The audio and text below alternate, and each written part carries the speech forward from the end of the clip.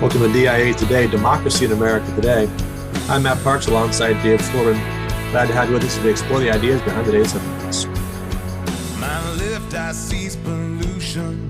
Those dirty fuels are burning. The earth's whole climate's churning. Clean energy solution. My right eye scans the bill. Fossil fuels are cheap. Wind and solar too steep. Drill, baby, drill. Predefined, misaligned, polarized division. Shuttered mind, worse than blind. 2020 vision. How are you, Dave? I'm doing well. It's been 2 weeks since we last met, and the Patriots, two great victories. Wow, yeah. One over the Bills and one over the Aints. And now we're ready to win the Super Bowl, according to my son Jack. He sees the pathway to a Super Bowl victory. Why not us? Why not us? Exactly. But getting into fall, getting ready for the end of October. Feels like October here in Colorado, which is nice. Yeah. Cool mornings, which is something great to wake up to. How about you, Matt? How are things? Yeah, we had the same. Actually, we had our furnace serviced, annual service, just this morning, which was timely because we woke up very cold. So we've got the heat on for the first time, and don't have to have it up too high, but just take the edge off a little bit.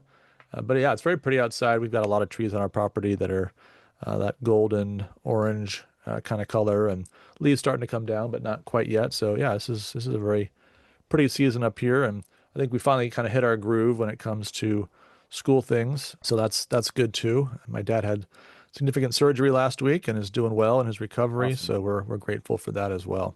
Hi, Dad. I am disappointed in you though, Matt. I expected you to be like that Yankee type who did not turn on the heat until Thanksgiving Eve. Like we're holding out until November 23rd. No, we did that actually. Our first year we were married, Rachel and I. We were in Exeter, New Hampshire, of all places, but we were in a condo that was surrounded by old people who kept the heat up, and so we kind of just used their heat to keep us warm. I think we've been on the second floor. We might not have had the heat on the entire winter, but we made it all the way to November. We kind of got to a point where late October we thought, let's go for it. At that point, no kids, just the two of us. Put on a sweater, right? Put on a sweater. It becomes a challenge. So I used to, my parents put on a sweater. It's fine. Throw on 7 blankets. Right. Yep. There's ice forming in your closet, but hey, you can handle this. That's right. Well, good. So we last week began a new series, and we are looking at a book that was very recently published, and you've got a chapter in it in honor of our late mentor called Fighting Enemies Foreign and Domestic, The Legacy of Angelo M. Codevilla. And so last time we looked at the first chapter, which was called The Man Who Kept the CIA Up at Night by J. Michael Waller. And today we're moving ahead to the second chapter. But before we do that, Dave, you want to maybe give us a little recap of where we were last time? Sure. So the question that we asked at the beginning is, why did Angelo Codevilla keep the CIA up at night? And the answer was because he knew what they were doing or not doing. And he had a different approach to what intelligence was. It was certainly a means at the disposal of anyone who is operating a structure of grand strategy, leading a nation. But it takes a certain type of person in order to do that job well. Political capability is not the same thing as political correctness. Someone who is politically capable is someone who thinks creatively, is most importantly principled and virtuous, and taking timeless principles of political wisdom and applying them to the job at hand. I think Waller's argument here is that Codevilla was a prime example of this type of individual. Unfortunately, he was one of a few among many who were not that way.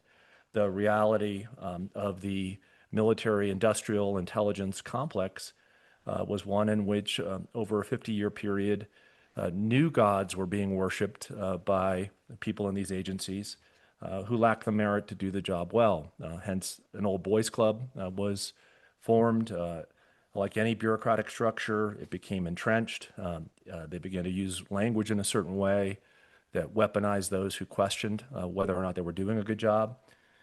As in many agencies across the board, there was a certain level of ideological subversion when you get individuals coming out of colleges thinking in terms of relativism and what we'll discuss today, Yep. who just become this powerful ruling class and care about their membership in that ruling class more than they care about the job at hand. By the end of the article, Waller argues that what's the proper response to this? It's kind of reviving a Codevillian approach to intelligence, to all military matters, as we'll see throughout this book, to anything involving American politics, the American regime, and its part that it plays in international politics. You have to be able to be principled, but you have to be able to use a language drawn from the dictionary that corresponds to reality. And I think the question that we had at the end of the show last time was, do we presently have leaders with the talent, capability, the bureaucratic aversion of Codevilla, his general orientation, who will be able to do the job today? If we do, or if we're growing them, if they're coming into the picture, great. If we don't, it's like we're given this great template that we don't apply, and then we end up with the same kind of ruling class ruling over things in a way that is not good for the American Republic. Yeah, I think that's one of the great benefits of this book, and I'm looking forward to, as we work through the 6 chapters, really put that template out there. Well, what is the model here? And Dr. Codevilla really is an excellent model of the person who's both obviously extremely well read and academically oriented, but also capable of speaking intelligently into the affairs of the day and holding positions, in institutions where he can have important amounts of influence, not just academically, but also in terms of the government, Senate Intelligence Committee that he served on, et cetera. So I think, how do we find more people like that? Well, what does it take to have a person, not just with this kind of skepticism of the establishment? We have plenty of that going around. Any kind of populist age is going to be filled with people that are skeptical of the establishment, but are able to see through that to something more, and the foundations that need to be laid in order to rebuild a republic on its fundamental principles. And I think that's where the question, the sort of open question remains. Right? Do we have people that are willing, as we said last time, to do the homework that Dr. Codevilla did, to really think deeply and read broadly, and to engage in a way that has a long-term view in mind? And we talked about 25, 50, 75-year horizons, not just the next election cycle, or more commonly today, the next news cycle, right? The next Twitter cycle. Forget about winning that. How do you win the next 2 generations in a way that actually restores some of those things that were common sense until the last couple of generations on American and, broadly speaking, Western soil? Yeah, so as we move into today's discussion, which is Chapter 2, Angelo Codevilla, the Anti-Millenarian by Robert Reilly, I think we get in this chapter a reflection upon what prompted Codevilla to approach important matters the way he did. I understand why you'd want that first chapter there. Kind of explores the beginning of Angelo Codevilla's career in Washington, D.C., but if you really were looking kind of for a foundational chapter that goes through, okay, how is he formed, and what were the core principles that made him think about matters the way he did, this is a great chapter for that. And it really rests upon the definition and the understanding of what millenarian means. It's not a word that is commonly used in political discourse. So this raises the question, what does it mean to be a millenarian, and what does it mean to be an anti-millenarian? Codevilla was an anti-millenarian. So Matt, what's your take on, or definition of the term millenarian? Right. Well, the term comes from biblical reference. In Revelation chapter 20, he talks about the 1,000-year reign of Christ, and there's various interpretations of what that means. But the idea is that some sort of consummating event is taking place there.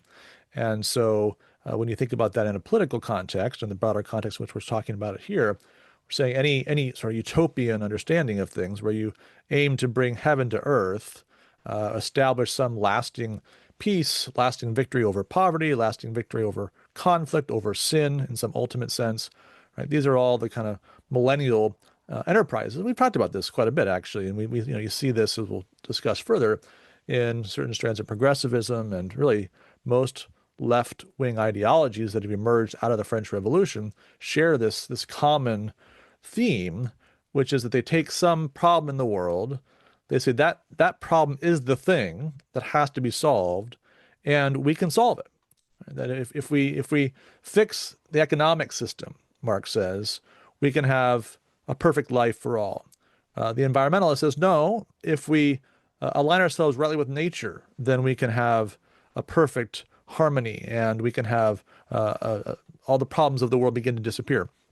Others say, no, it's education. If we just educate people properly, then we can overcome the habits that lead to crime and to poverty. So no, the problem is racism.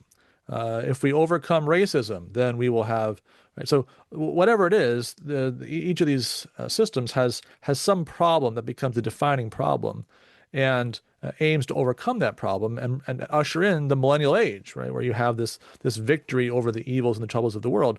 And so to be an anti-millenarian, which was Dr. Codeville's position, was to say all of those schemes are misguided.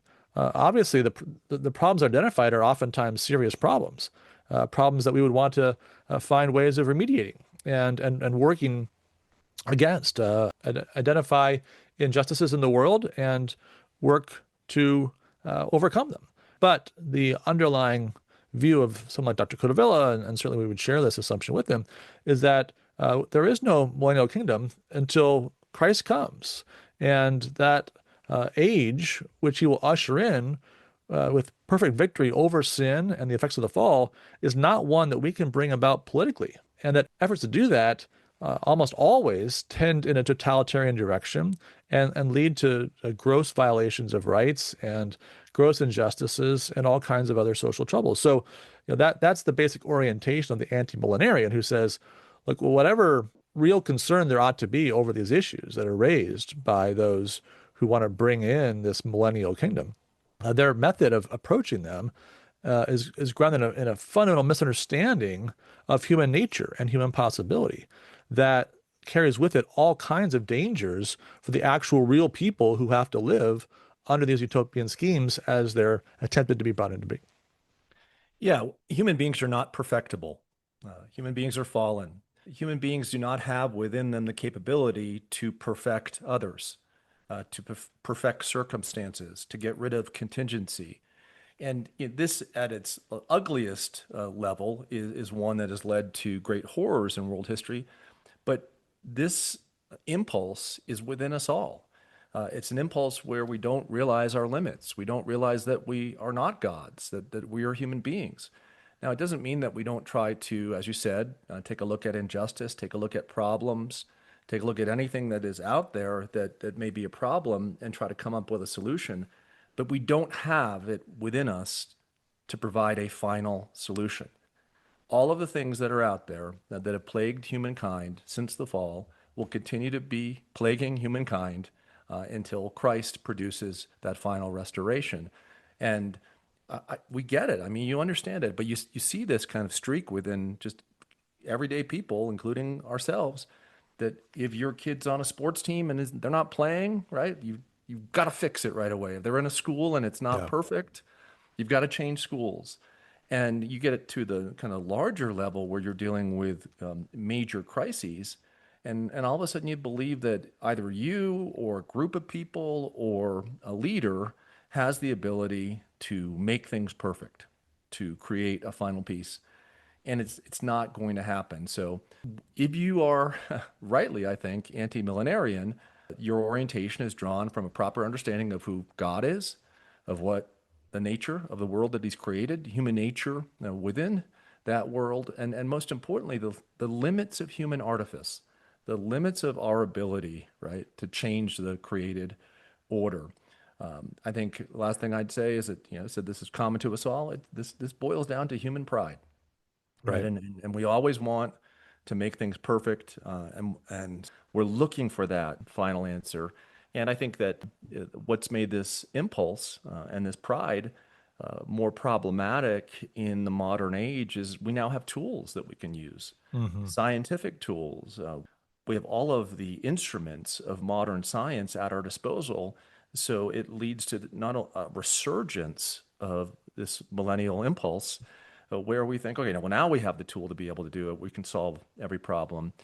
And I think that it's a great danger, and it's a great danger that's infected every political community in the modern world. But where Codevilla really focused was the danger of that impulse brought into American politics, because Right. we were fortunate enough at our founding to have founders who realized the limits of politics, realized the limits of statesmanship. Didn't mean that they didn't want to be just, didn't mean that they didn't want to be lawful, didn't mean that they didn't want to apply prudence to circumstance, but they realized limits.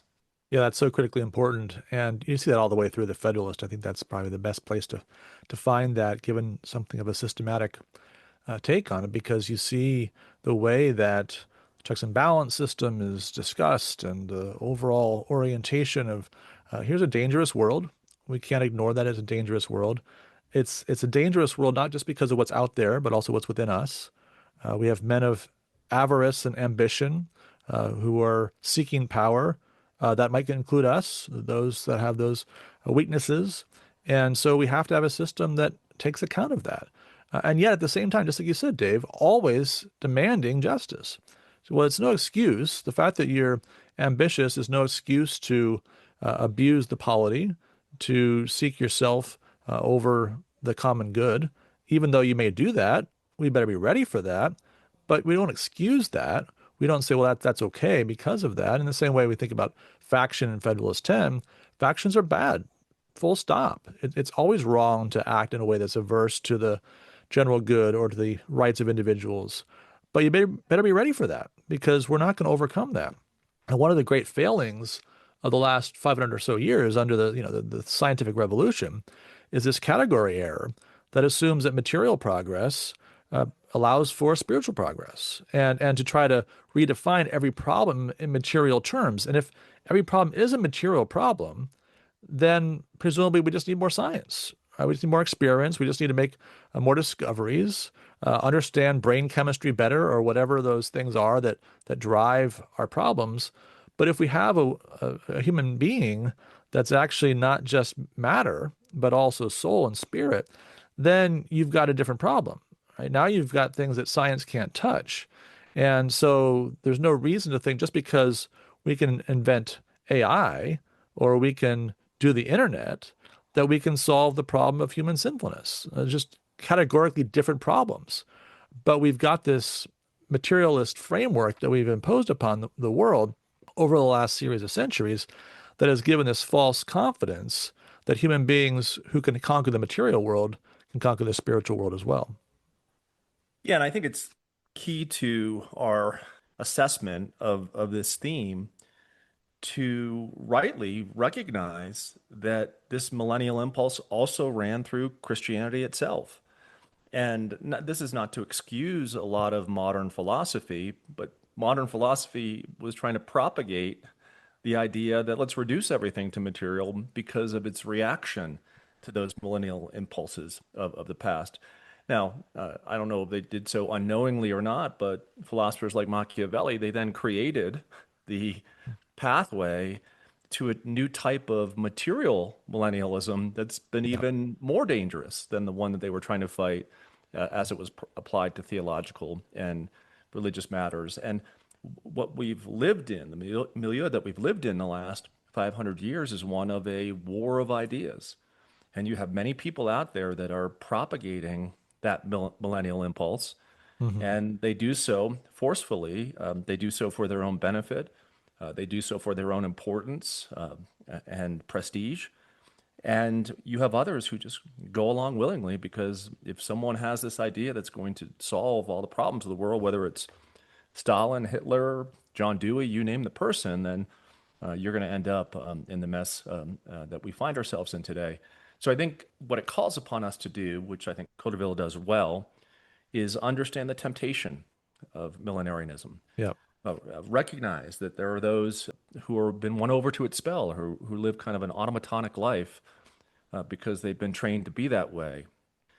Do we have the ability to change our mindset and to redirect ourselves to what Codeville would call a practical or moral or metaphysical realism, and employ that realism in the defense of the American way of life? I think that's the question drawn from this chapter. But we're also fortunate enough that right after the George Floyd incident in the summer of 2020, Codevilla wrote an article about millenarian mobs that went into the history of the millenarian impulse and applied it in days past and then to the present day. So why don't we go through that essay, or at least parts of it, Matt, and hear what Codevilla's argument was back in the summer of 2020. Yeah, good idea. I think it's helpful to just, give some context here and some examples of what we have in mind. And so, he begins by talking about, of course, this is right after George Floyd's murder and, all the riots and the efforts that were being raised at that point, and statues were being torn down, and various historical figures, in a sense, were being canceled based upon their connection to slavery or some other injustice, whether real or imagined. And so what he points out is the tendency within these kind of movements to really elevate oneself by denouncing evil. Says, the more I profess to hate evil, the more I showcase my own goodness. And so you have people that, he says, imagine themselves cleansed by ritual confessions and then believe themselves elevated above the rest of humanity and hence entitled to oppress or even annihilate those around them. And I think this is one of the things we still see in certain corners of the left, where there's this absolute moral superiority that's assumed. And so you may, depending upon, your background, right, you don't check all the intersectional boxes, you may have some initial cleansing to do, right? If you're not somebody who's a historically oppressed person categorically, but once you've done that, now you assume this level of superiority over your neighbor, and not only does it have some positive things for you in the sense of that sense of superiority and moral cleanliness, but also it frees you up to just do whatever you want to those people that are so benighted that they don't see their own faults, who are behind in confessing their sins, who are behind or perhaps committing additional sins day by day as you understand them. And so now all this energy surrounds a movement to bring in some real final victory over the enemy. And the enemy is no longer just evil or a bad ideology or individual bad actions, but it's people. It's groups of people that are now the enemy that have to be destroyed and overcome for this victory to be secured. And the movement progresses through the use of symbols, symbols that showcase your self-purification, the fact that you have kind of gone through the proper cleansing. In the time of COVID, this was wearing a mask. And if you didn't wear a mask, you didn't wear the symbol of what was needed at that time. You admitted your white fragility. You admitted the fact that you don't recycle enough, or perhaps you can do more environmentally to make the world greener. You can go on through this list of symbols that showcase that you are rightfully purified, and others ought to be doing the same thing. And if others are not showcasing their symbols, then they're to be scorned. They're to be looked down upon because they have not been purified. They have not been made better, and they're showing themselves to still be a problem in this world. So there's a real kind of intimidation that goes on, that you have to practice the right things. You have to represent the right symbols in order to show that you are part of the group that is making the world better, getting it to its final perfection rather than preventing it from happening. And, you mentioned earlier in the show, Matt, that Judeo-Christianity teaches that perfection's not of this world. And there is a kind of within the Bible a clear, somewhat clear representation of what the final restoration of the world will look like. But what do we see here when that method is taken up by human beings who believe they have the power of God? Yeah, there's a podcast I listen to called the Heidelcast by Scott Clark, who's a Westminster Seminary professor out in California. And he talks a lot about the danger of an over-realized eschatology. And so what he means by that is that those things which are meant for that age when all has been restored under Christ's reign, you drag that back into the present age. And so that can happen with individual as a perfectionism, right? There's been various movements over the course of Christian history where people decide, you know what, I think individually I can become perfect. I can throw off all my sinful habits and desires and attain a perfection when it comes to my sanctification. And anyone else who knows you knows that that's not true. But you can have that in your mind that actually this is possible, and I'm almost there. Maybe I am there in some cases, and of course that can be the case with a movement as well, right? So that this same as you were talking about earlier, there have been various moments where people in the name of Christ have thought they could usher in some kind of golden age by bringing about by their own efforts changes in society or the conquest of the Holy Land or whatever the case might be. And so the danger here is to desire something today that's not meant until tomorrow, and to not be content living in the fallenness of this world and with the mission we've been given in that fallen world, the gospel to the nations and to pursue holiness and the fear of God, all those things, plenty of good things to do, but to not be content with that. So I need a bigger mission than that. It's not enough to be out there living a simple Christian life. I need to bring the big event. I need to be part of that. I need to be in a movement that's accomplishing these final ends and bringing them about. And the danger, of course, in doing that is that, first of all, you neglect the thing you're actually supposed to be doing. And then secondly, you cause all kinds of trouble along the way because you're not actually the one who's supposed to do that. You don't have the ability and the holiness, the power, the wisdom to actually accomplish these things that have been reserved for Christ. Yeah, and it ended up pitting people against one another and creating disunity and faction, which we've talked a lot about in Yeah. our episodes. And Codevilla, I think, rightly points to the main biblical principle here in referencing Alexander Solzhenitsyn, who best expressed, he said this cautionary moral that, quote, the line between good and evil runs not between persons, never mind between parties, classes, or races, but down the middle of every human heart. That's Right. what we're working on. That's the problem. That's the issue. And then earlier in the same essay, Codevilla writes that destroying symbols has no place within Christian civilization. It's the equivalent of torturing dead men. It's always been the work of cowards likelier to run from living enemies. On the other hand, war against statues, paintings, books, biographies, etc., has been a defining feature of civilization's revolutionary enemies, consistent with their own chosen identities as alien tribes.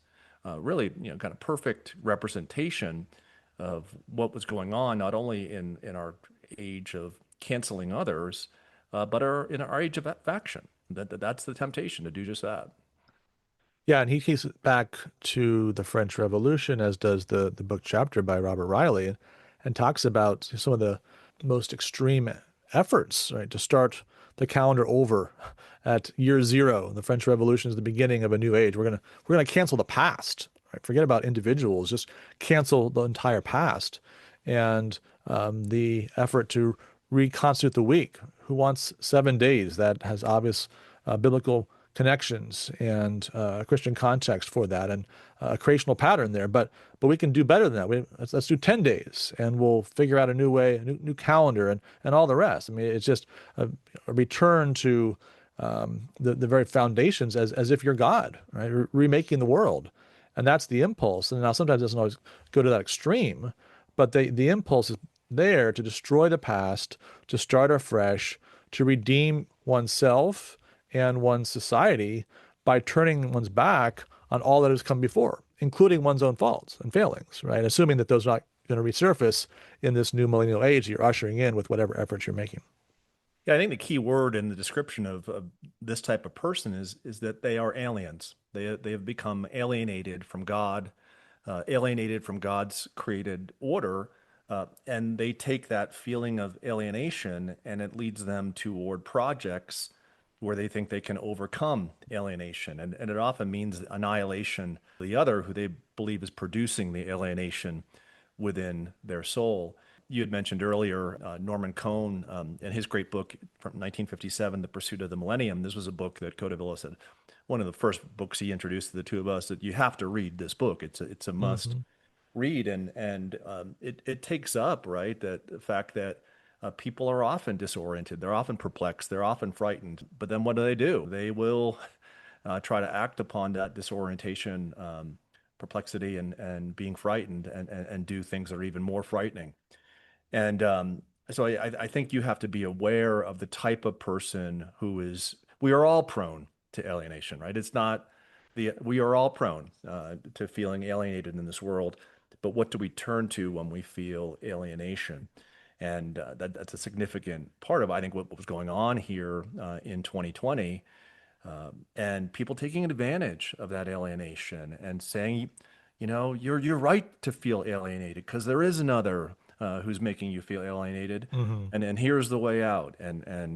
So it's amazing that this was happening between the 12th and 18th century within Christianity, and it has a modern equivalent, has many modern equivalents in the various ideologies that have come forth since. Yeah, no question about that. And I think that's, it's one of the things that Dr. Codevilla really showcases his gifts, right? Because he could speak so trenchantly about contemporary events because he had that whole story. I mean, he's the opposite, right? He's the anti-millenarian in this sense as well, that he knew all the history. He understood that these were impulses that were bound up within human nature that had shown themselves in many different forms over the course of millennia, and therefore could see it, could diagnose it at a deeper level, and could see the danger at a deeper level than perhaps others who were just observing the particular data, right? This one act and that one act, and looking for a pattern there. He has a whole story behind that pattern that exposes the danger that's implicit within it.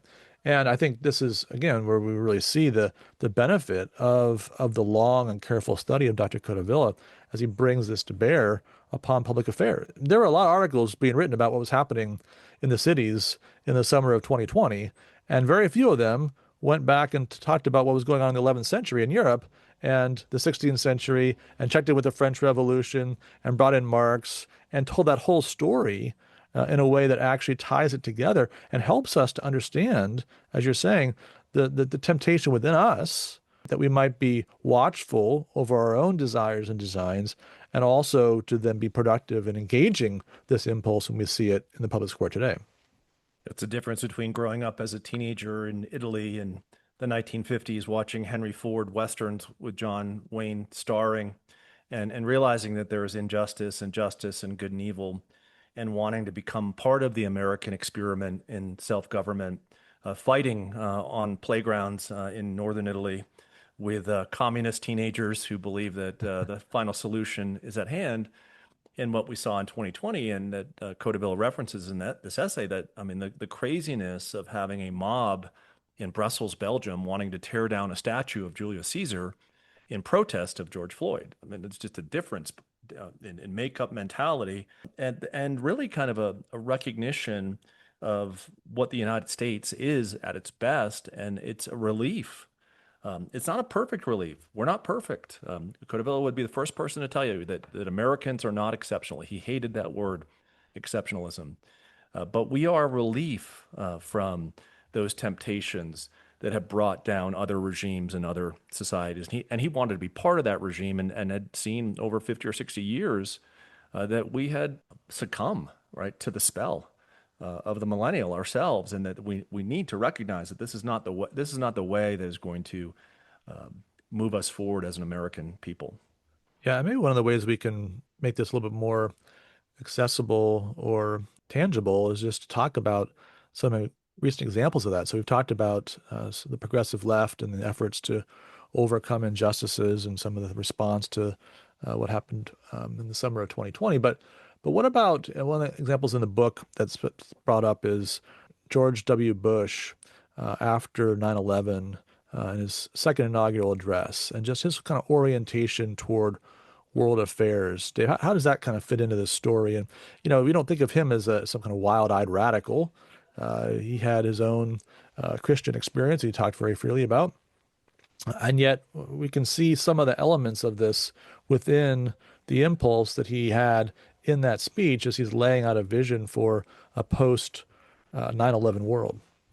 Well, we rightly, after 9/11, feel anger, and we wonder, what is the source of this great devastation in our beautiful city of New York?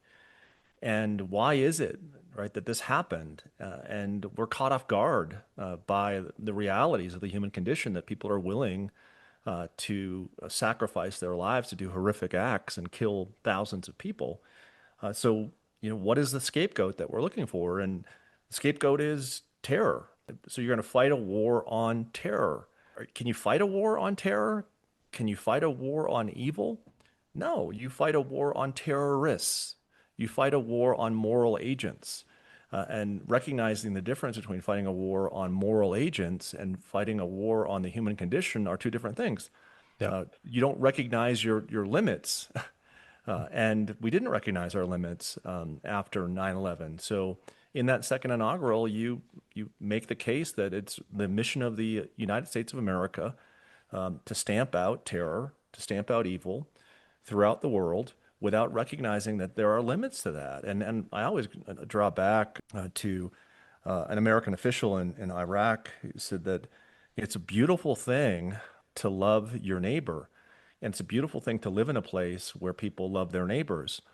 But you have to love the liberty of your neighbor to be able to love them well, or to establish a political community based upon that love of neighbor. And that wasn't presently in place in Iraq, Afghanistan, and it's still not in place today. So believing that somehow you can superimprint it upon others is not recognizing limits, is the very definition of what it means to be millennial. So it's unwise. It leads you to want to remake the American regime so it becomes something that it was never meant to be.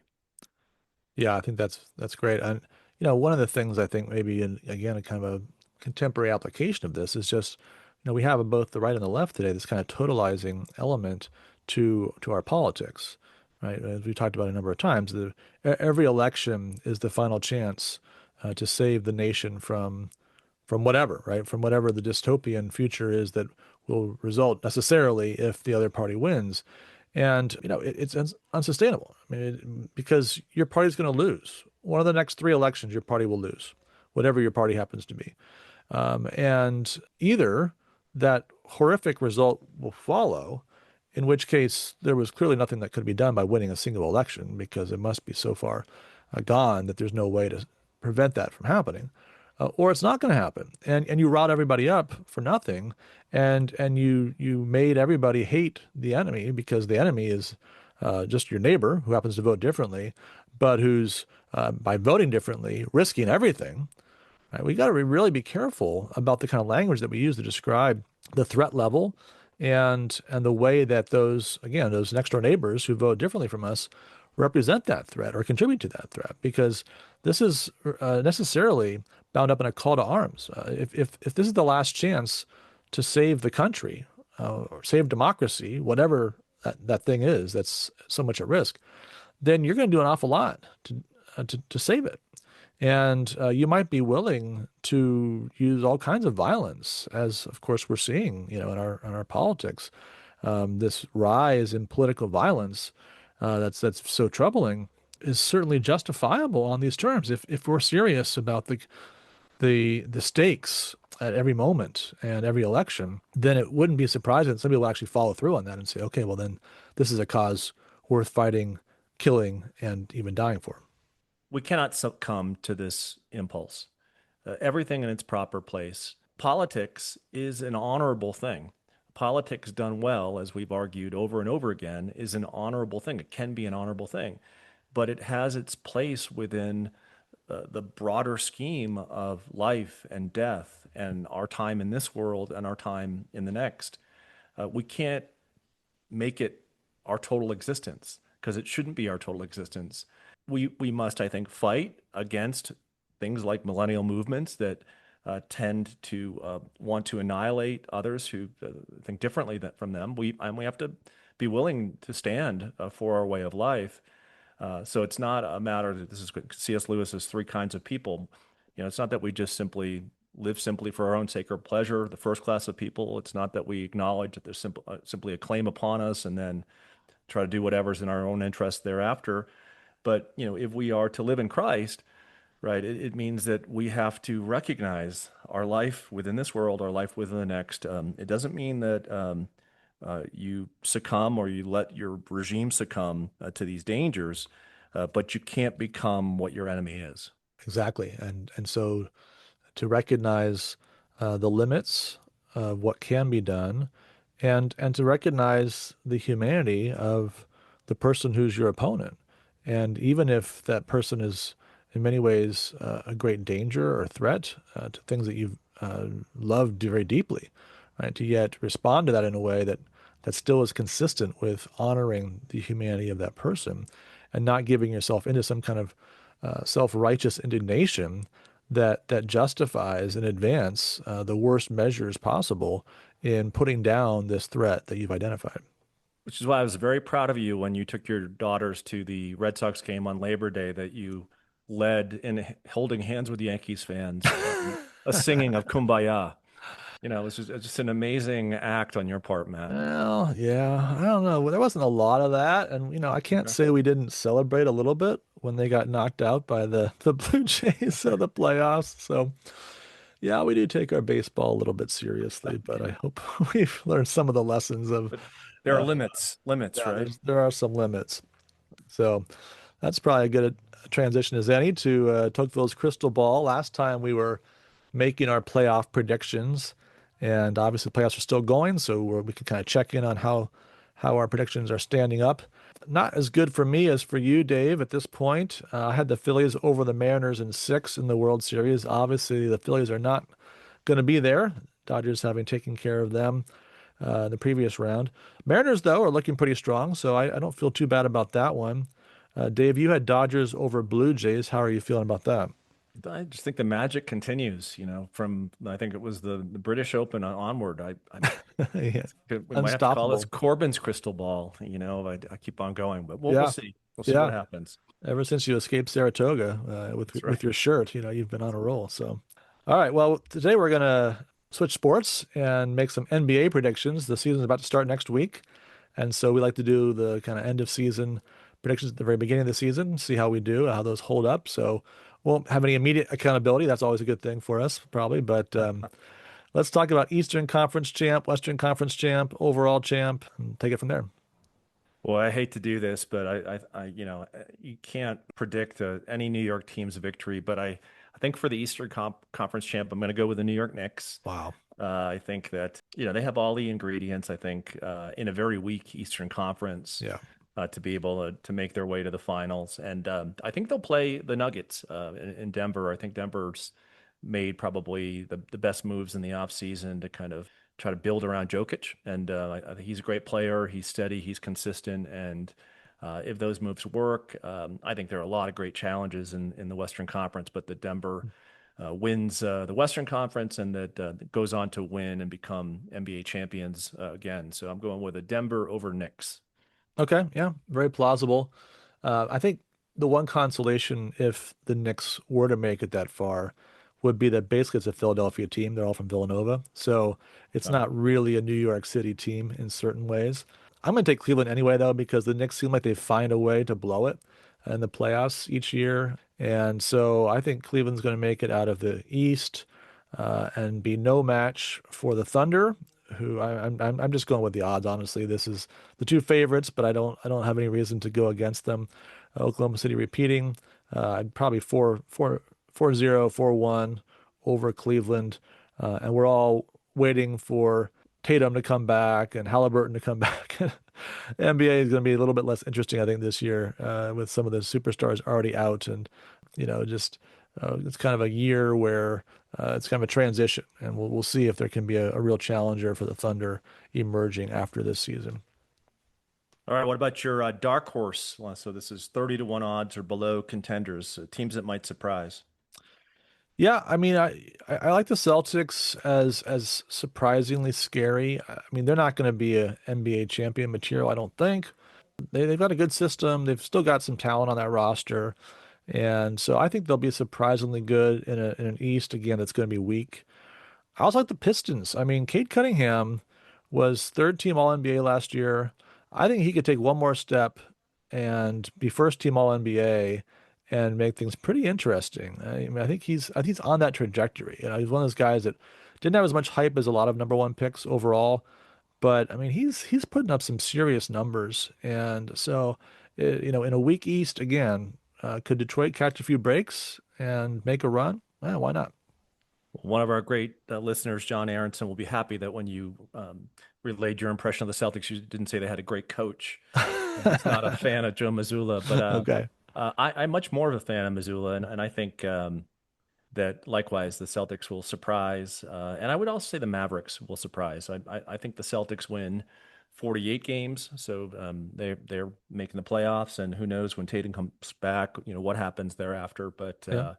yeah, we'll see. We'll see what happens. All How right, I'm about going you? to say 45 for the Okay. Celtics. I think, I mean, I don't think anyone in the East is going to be more than about 55, 56 games. So I think there's going to be a lot of teams clustered around that 38 to 45 kind of number.